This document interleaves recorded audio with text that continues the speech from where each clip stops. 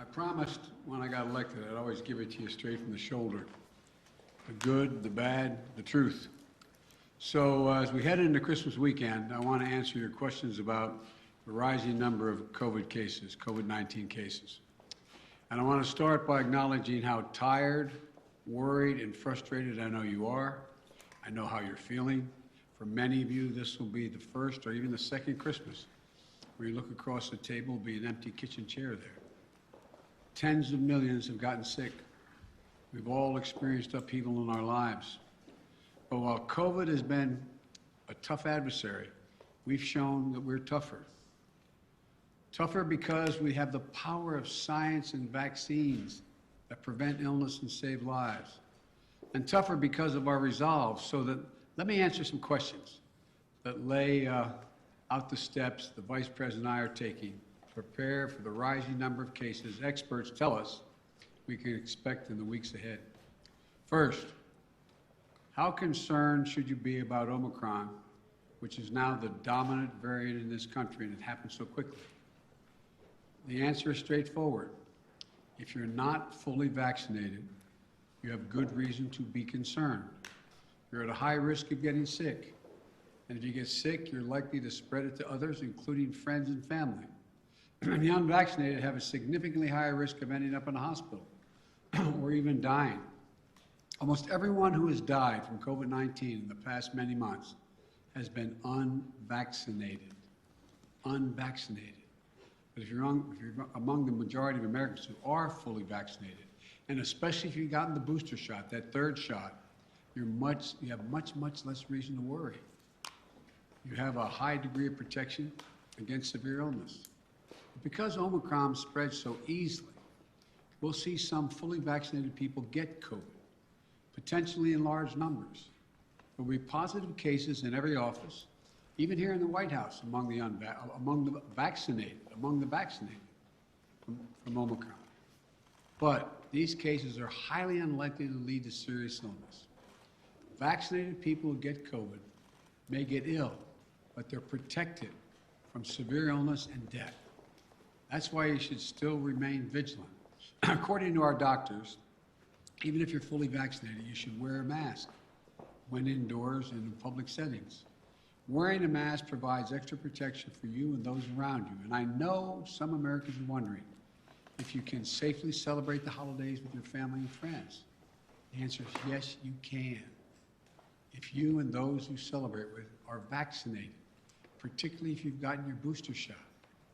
If you are vaccinated and follow the precautions that we all know well, you should feel comfortable celebrating Christmas and the holidays as you planned it. You know, you've done the right thing. You can enjoy the holiday season. And thanks to the progress on vaccinations this fall, we've gone from nearly 90 million adults in July who had not even started their vaccination process to fewer than 40 million today. Still too many, but down from 90 to 40. All these people who have not been vaccinated, you have an obligation to yourselves, to your families, and quite frankly, I know I'll get criticized for this, to your country. Get vaccinated now. It's free. It's convenient. I promise you, it saves lives. And I honest to God believe it's your patriotic duty. Another question folks are asking is, what can you do to make yourself and your family feel safer and be safer? The answer is simple. Get your booster shot. Wear a mask. Our doctors have made it clear. Booster shots provide the strongest of protections. Unfortunately, we still have tens of millions of people who are eligible for the booster shot but have not yet gotten it. They've gotten the first two shots, but they've not gotten the booster. Folks, the booster shots are free and widely available. Over 60 million Americans, including 62% of eligible seniors, our most vulnerable group, have gotten their booster shots. I got my booster shot as soon as they were available. And just the other day, former President Trump announced he had gotten his booster shot. Maybe one of the few things he and I agree on. People with booster shots are highly protected. Join them. Join us. It's been 6 months or more since my second shot. If it's been 6 months or more for your second shot when I got my booster, you can get yours today. If you've been 6 months or more since your second shot. Another question that folks are asking is, are we going back to March 2020? Not this last March 2021, but March 2020, when the pandemic first hit. That's what I keep getting asked. The answer is absolutely no. No. There are three big differences between then and now. Number one, first one, more than 200 million Americans have been fully vaccinated. In March 2020, no one was fully vaccinated. What that means is today, a case of COVID-19 for fully vaccinated and boosted person will most likely mean no symptoms or mild ones similar to the common respiratory viruses. Over 200 million Americans should have the peace of mind that they did not have in March of 2020. They're protected from hospitalization, and they're protected from death. Second point, we're prepared today for what's coming. In March of 2020, we were not ready. Today, we stockpiled enough gowns, masks, and ventilators to deal with the surge of hospitalizations among the unvaccinated. Today, we're ready. And as I'll explain in a few minutes, we're going to be reinforcing our hospitals, helping them. Number three, we know a lot more today than we did back in March of 2020. For example, last year, we thought the only way to keep your children safe was to close our schools. Today, we know more and we have more resources to keep those schools open.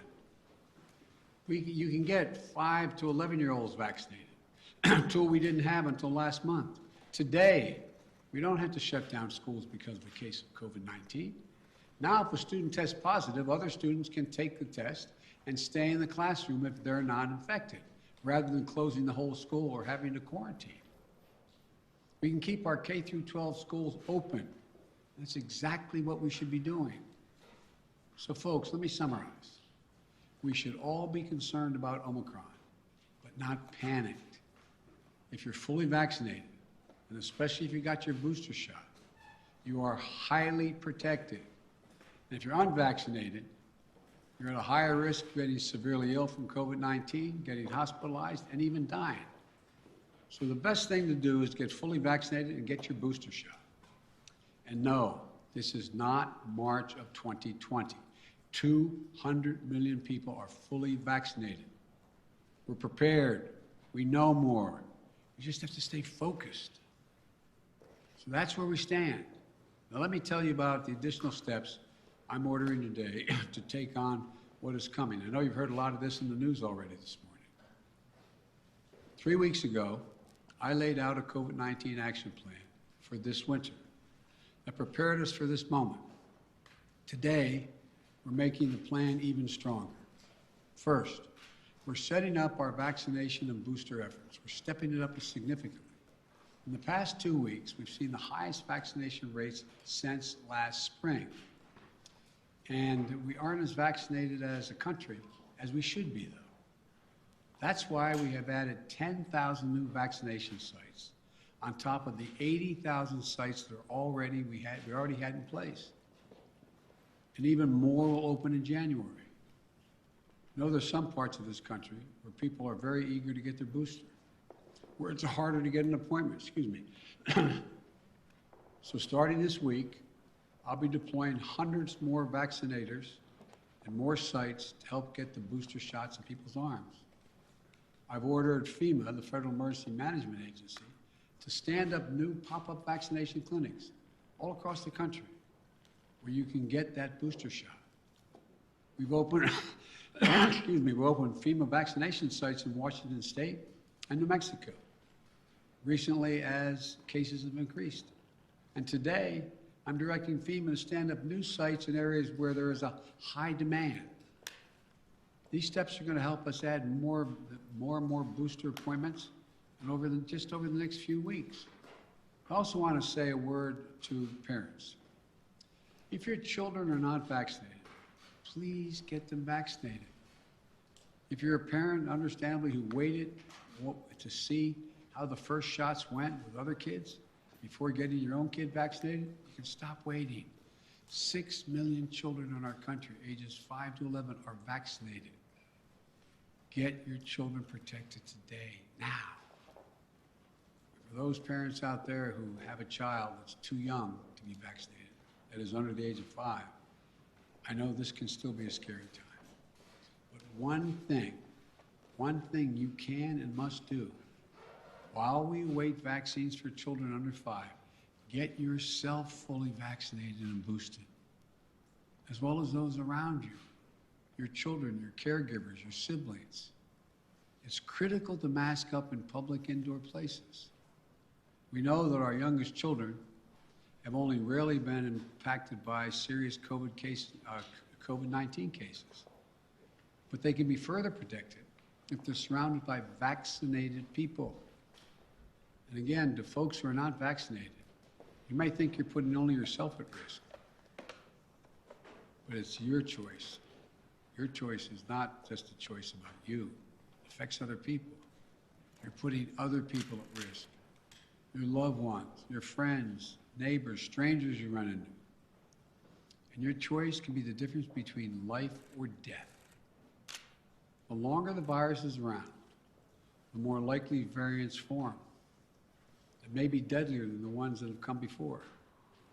Let me say again and again and again and again, please get vaccinated. It's the only responsible thing to do.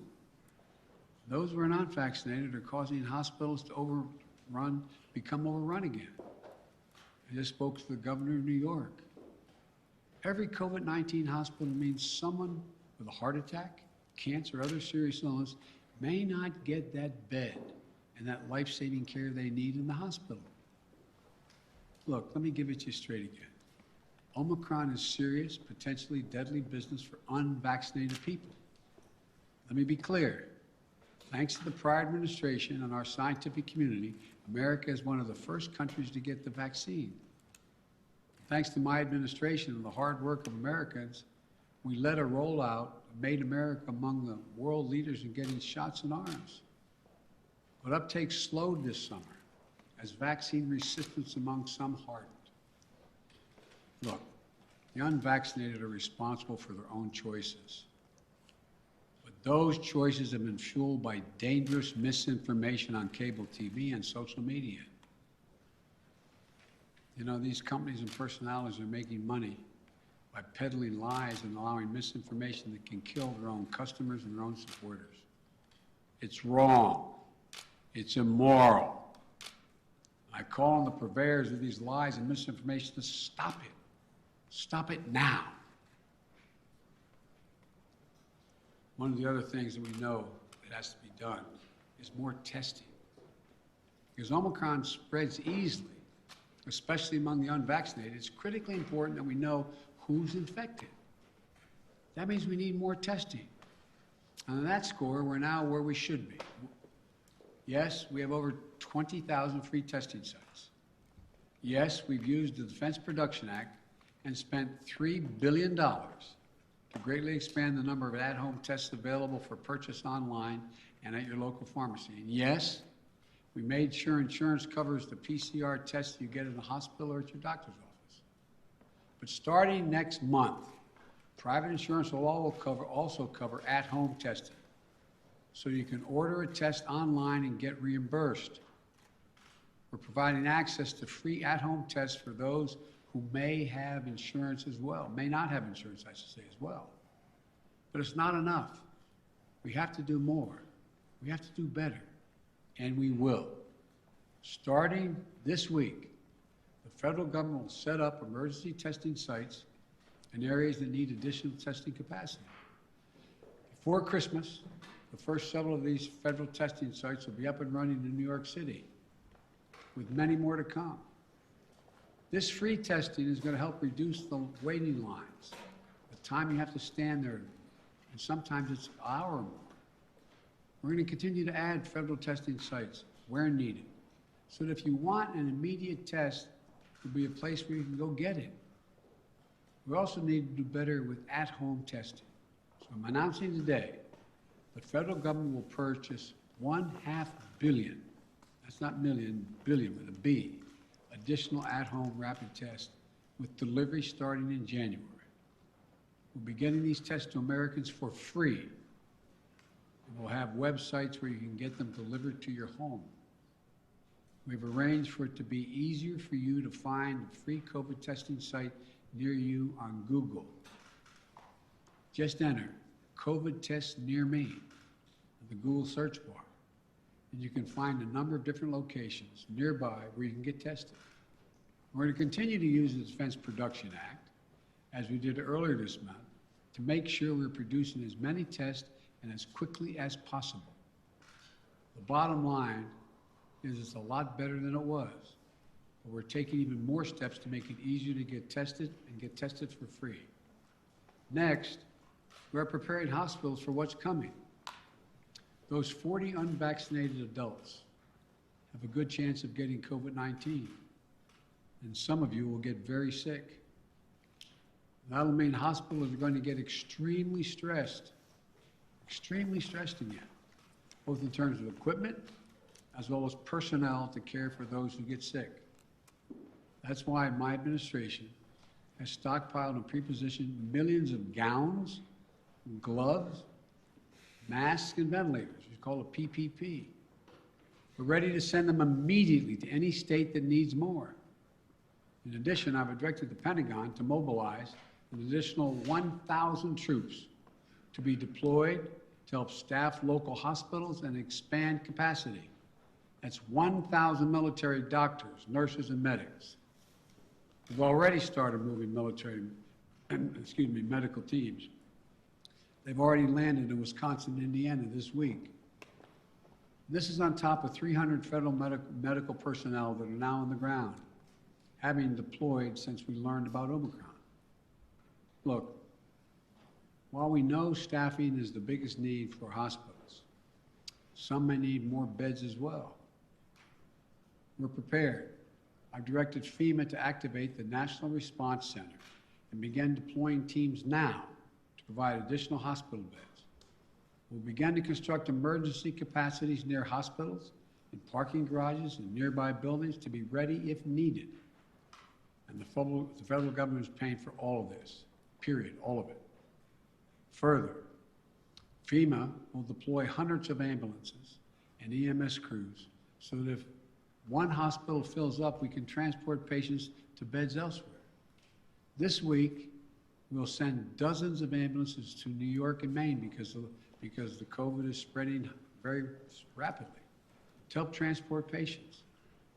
Our doctors, nurses, hospital staffs have gone above and beyond during this pandemic. The strain and stress is real. I really mean it. It's real. And we'll have their backs, though. We have to let them know we have their backs.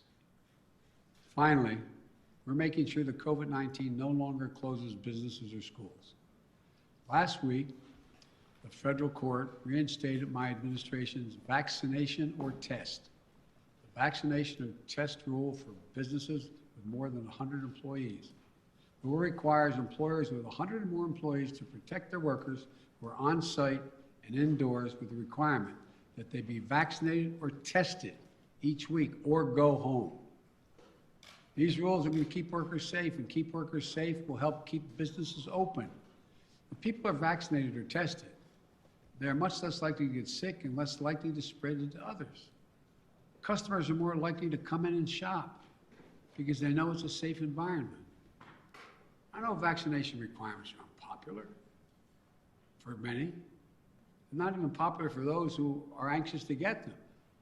My administration has put them in place not to control your life, but to save your life and the lives of others. Where 400,000 Americans died from COVID this calendar year, and almost all were unvaccinated. Almost all were preventable. The rule is legal and effective. It's going to save thousands of American lives. We must also keep our K-12 schools open. Look, the science is clear and overwhelming. We know how to keep our kids safe from COVID-19 in school. K through 12 schools should be open, and that safety is increased if schools require all adults who work in the schools to get vaccinated and take the safety measure that the CDC has recommended, including masking. I got Congress to pass billions of dollars in school improvements, ventilation and social distancing. Schools should be safer than ever from COVID-19. And just Friday, the CDC issued a test-to-stay guidelines. So schools can stay open and kids can stay in class even if a classmate tests positive. COVID-19 is scary, but the science is clear. Children are safe as safe in schools as they are any place, assuming the appropriate precautions have been taken and they've already been funded. Let me close with this. I know you're tired. I really mean this, and I know you're frustrated. We all want this to be over, but we're still in it. And this is a critical moment. We also have more tools than we ever had before. We're ready. We'll get through this. As we head into the holidays, I want us to all keep the faith. I want to sincerely thank you for your perseverance, your courage, your countless acts of kindness, love, and sacrifice during these last 2 years. Throughout our history, we've been tested as a people and as a nation through war and turmoil. We had to ask whether we'd be safe, whether we'd be okay, whether we'd get back to who we are. We've always endured because remember, there is no challenge too big for America. I mean this from the bottom of my heart, no challenge. We've come through better and stronger because we stay together as the United States of America. That's what we have to keep doing today. We can do this together. I guarantee you. May God bless you all, and may God protect our